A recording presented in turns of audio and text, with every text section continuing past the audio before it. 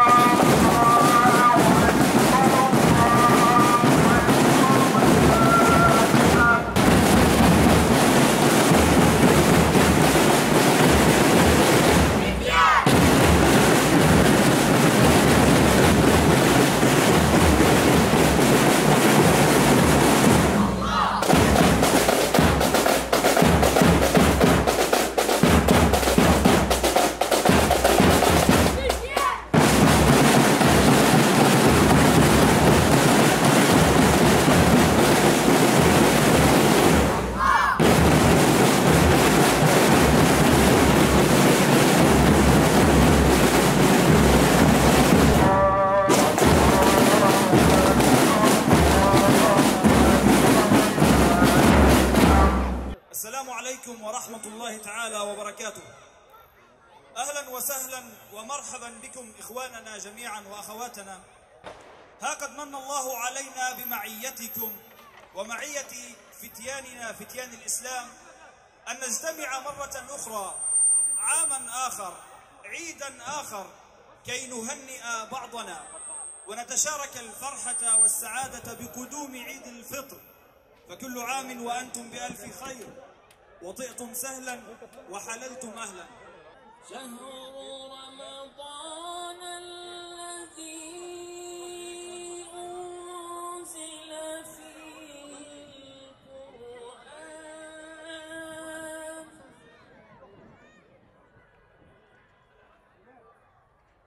هدى للناس وبينات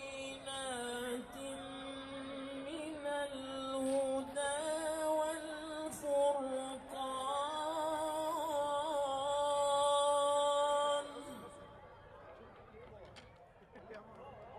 فمن شهد منكم الشهر فليصم، ومن كان مريضا أو على سفر فعدة من أيام أخر تشكرون.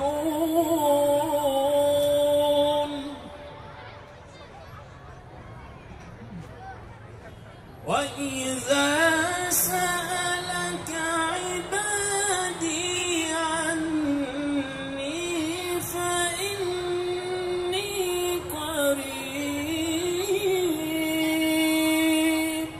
إن شهر الصوم ولا راحلا يغفر المولى لمن صلى وصام، يغفر المولى لمن صلى وصام.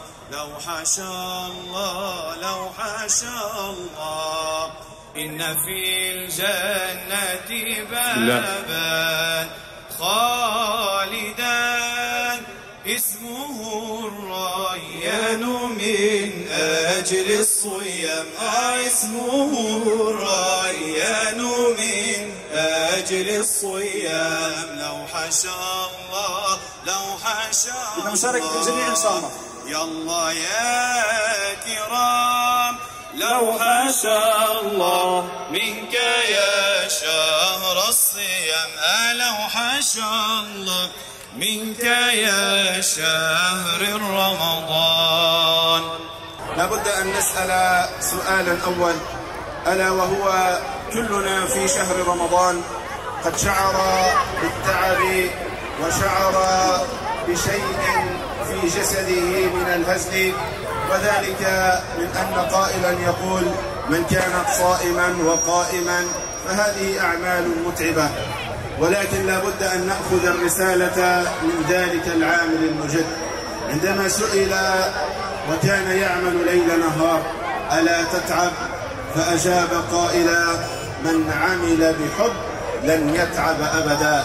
فنحن أطعنا الله سبحانه وتعالى بحب وقرب، فلن نشعر أبدا في طاعة الله عز وجل بتعب، وذلك وأننا ننتظر جنة عرضها السماوات والأرض بإذن الله سبحانه وتعالى. الأمر الثاني، لابد أن نسأل بعضنا، وكلنا يعيد ويكرر على بعض كل عام وأنتم بخير. هل نحن حقا بخير؟ هذا سؤال لابد أن نتفكر فيه. نحن والحقيقة لسنا بخير. نعم نحن لسنا بخير. لماذا؟ في كل يوم نسمع جريمة قتل، في كل يوم نسمع مصيبة طلاق، في كل يوم نسمع أسرة تفتتت وتفتتت، وفي كل يوم نسمع من المصائب التي وقعت علينا. وكذلك حال الأمة والذين يتكالبون عليها، ولكننا مع هذه لابد أن نكون بأمل من الله عز وجل، وأمل الله قريب أننا إلى فرج أقرب، وإلى نصر قريب بإذن الله عز وجل. وحتى نكون بخير لابد أن نعود إلى دين ربنا، ونعود إلى الرشد، ونعود إلى الفلاح الذي أمرنا الله سبحانه وتعالى به. ولن نكون بخير ما دام بيننا عاص واحد، فلا بد أن نحشد الهمم ونجد حتى نعود إلى الجادة ونعود إلى الطريق الصواب وإلى ربنا سبحانه وتعالى. نصرت بالشباب، فلا بد أيها الشباب يا من حافظت على الصلاة في رمضان أن تبادر وتستمر بعد رمضان. وكذلك لابد أن نوصل رسالة شكر إلى أمهاتنا وزوجاتنا وأخواتنا اللاتي تعبن في رمضان بإعداد الطعام، وسهرنا بالليل على قراءة القرآن، وكنا يقمن الليل وعلى رعاية الأبناء والأطفال. فلا بد أن نقدم لهم تحية إجلال وإكبار، ونقول كذلك استمروا في ذلك، فهذا طريقكم إلى الجنة بإذن الله عز وجل. ولا بد كذلك أن لا ننسى من فارقنا في العام الفائت ولم يحضر رمضان هذا العام، ومن توفي في رمضان، فنسأل الله عز وجل أن يتغمدهم في رحمته. وهي رسالة لنا جميعا أن نعود إلى الله عز وجل، فالأيام ثوان ولن نشعر بها. وفي آخر الرسالة لا ننسى المسجد الأقصى المبارك، فالمسجد الأقصى المبارك هو رسالة في أعناقنا. المسجد الأقصى المبارك أمانة لكل واحد مسلم في هذه الأرض يوحد الله سبحانه وتعالى. واعلموا أن الفرح الأكبر ويوم العيد الأكبر عندما ندخل المسجد فاتحين مكبرين بإذن الله عز وجل، نعلي به شعيرة الإسلام من غير أن يكون تضييق ولا تدنيس ولا تحقير، وتكون راية الإسلام خفاقة فوقه بإذن الله عز وجل. ولا ننسى كذلك الأسرى والمرابطين جميعا. الحمد لله رب العالمين، الحمد لله دائما وأبدا. في هاي الليالي المباركة في شهر رمضان رحمة ربنا موجودة فيكم، دائما موجودة. وأنا بدي أحكي وأقول عن شغلة قبل ليلة القدر تحديدا. كتبت بالفيسبوك الحمد لله رب العالمين. دائما بنقول الحمد لله في كل ساعة، لكن في هذا اليوم في هذه الليلة قلنا الحمد لله رب العالمين. اسألوني أنا اللي عندي معرفة قليلة بالله، لست من العارفين، بس الله أفضل علينا وأعطانا قليل من المعرفة. كثير سألوا تساءلوا، وللي سألوا شو قصد أبو الباسل في كلمة الحمد لله رب العالمين، أنا يا أهل بلدي بقول دائما الحمد لله رب العالمين. في هاي الليلة تحديدا الله يخلي احبابكم واهلكم واصحابكم ويمن عليهم بالصحه والعافيه. اخي عفيف ابو عمار برك في ازمه صحيه واضطر يعمل عمليه صعبه جدا 14 ساعه متواصله. في اللحظه الاخيره من الله عليه وبلك بخير. اليوم حكينا معاه، عمل عملية صرع رئتين، عملية معقدة. فاللي سأل وتساءل ليش قلنا الحمد لله رب العالمين، اسألوني. كرم الله نزل، كرم الله موجود، رحمة واسعة، فلك الحمد ربي حتى ترضى. الحمد لله رب العالمين. أهل بلدنا الأطياب، مجتمعنا عامة في كل الظروف الصعبة اللي عم نمرق فيها، بس بنطلع على بلدنا بنلاقيها أطيب وأحسن بلد، فيها خيرة الرجال، خيرة النساء، خيرة الأمهات، طيبة، بلدنا راقية مرتبة مليحة. واللي أنا اسألوني كمان عن شغلة العطاء اللي موجودة في أهل بلدنا. كل البلاد اللي حوالينا بتقصد بلدنا لأنها بتعرف إنه فيها ناس طياب. أنا بطول الوقت متواصل مع اللجان والجمعيات وأصحاب الخير اللي الله أنعم عليه نوما، فلمست في هذا الشهر خاصة قديش عندنا حب عطاء، قديش يا الله بشكرا على هذا البدخ اللي عند الناس اللي اقتضوا في أمر الله يعملوا وتفضلوا وأجادوا. فأنا بقول لهم شكر خاص مني ومن أهل بلدي لكل الجمعيات عامة ولكل من أفاض عليه ربي وأعطى. تعرفوش قديش في ناس يا جماعة متعففين كثير مع كل الحياة اللي بنشوفها والجماليات، بس في ناس اسألوا اللجان، اسألوا المسؤولين، بتعرفوا أخذكم من العطاء وفي عندنا كمان يعني اللي قائمين بالأعمال بهذا العمل هن أصحاب أماني، بتواصلوا بالليل والنهار، بتشوفوا كيف بيعملوا، يرفعوا طفل، يسعدوا بيت.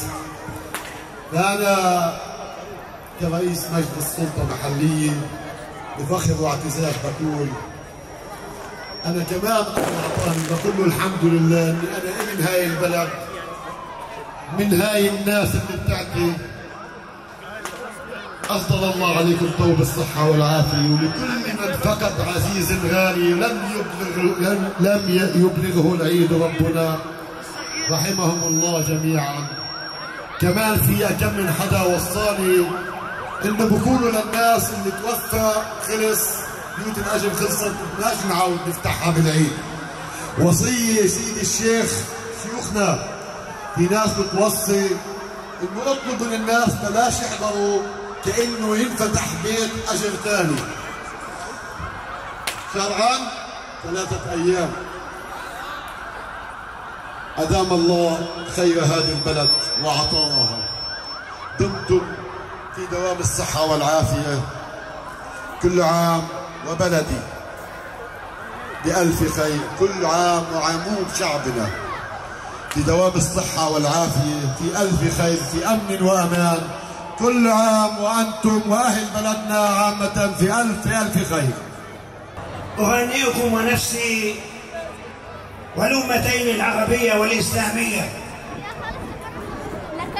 بهذه المناسبة، كل عام وأنتم بخير، وتقبل الله طاعتنا وطاعتكم. أسأل الله عز وجل أن ينشر الأمن والأمان والسلامة والإسلام.